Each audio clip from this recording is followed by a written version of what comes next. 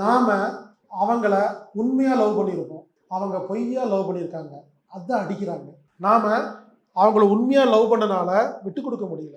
அந்த காதலை குப்பையில் போட்டீங்கன்னா மட்டும்தான் நீங்கள் உருப்பட முடியும். காதல் வச்சுக்கோங்க, அதுக்காக கூட வாழ வேண்டாங்கிறங்க. நான் அவரை காதலிச்சேன், நான் அவளை காதலிச்சேன், அந்த இனிமையான அனுபவத்தை வச்சுக்கோங்க, அது வேற. அதுக்காக கூட வாழணும்னு அவசியம் இல்லைங்கிறாங்க. அது இனிமையான சுகம், அவ்வளோதான். அது இருக்கட்டுமே அந்த நினைவுகள். அந்த நினைவுகளுக்காக என் வாழ்க்கையை வேஸ்ட் பண்ணணும்? நான் காதலிச்சது உண்மை, ஆனால் கூட வாழும்போது முடியல, பிரியலாம். பிரிச்சுட்டு அதுக்காக திட்டிகிட்டு இருக்க வேண்டாங்க. நினச்சி அழுகலாம், ஃபீலிங்ஸோடு இருக்கலாம். இதுக்காக ஃபர்தராக அடி வாங்க வேண்டாங்கிறாங்க. இவங்க சொல்கிற எதையுமே மண்டைக்குள்ளே வாங்கிடவே கூடாது. வாங்கினீங்கன்னு வச்சுக்கங்களேன், பைத்தி முடிச்சு டெய்லி எதையாவது சொல்லி மண்டையில் ஏற்றிக்கிட்டே இருப்பாங்க.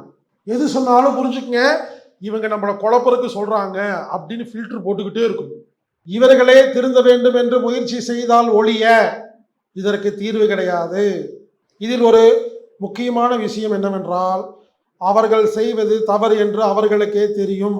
அதனால் அவர்களை திருத்தவே முடியாது. இல்லை, நீங்கள் திருத்தத்தான் வேண்டும் என்று நினைத்தால் நீங்கள் ஒன்றுமில்லாமல் போய்விடுவீர்கள். புரிஞ்சுக்குங்க. அவங்களுக்கு நல்லாவே தெரியும் நம்ம இந்த மாதிரி கேரக்டர் இருக்கிறோம். இவ்வளோ சைக்காலஜி தெரிஞ்சவங்க அவங்கள பற்றி தெரியாதா? எல்லாமே தெரியுங்க. அவங்க நினைச்சா கூட திருந்த முடியலைங்க. இப்படி தான் இருக்கிறாங்க, முடியல அவங்களால. அது அவங்க பிரச்சனை. இதுக்கு நாமே நம்ம வாழ்க்கையை வேஸ்ட் பண்ணணும்? இதுதான் என் கேள்வி. உங்களுக்கு அந்த அளவுக்கு ஒரு நல்ல எண்ணம் இருக்குன்னா கூட இருந்து அடி வாங்கிக்கிங்க.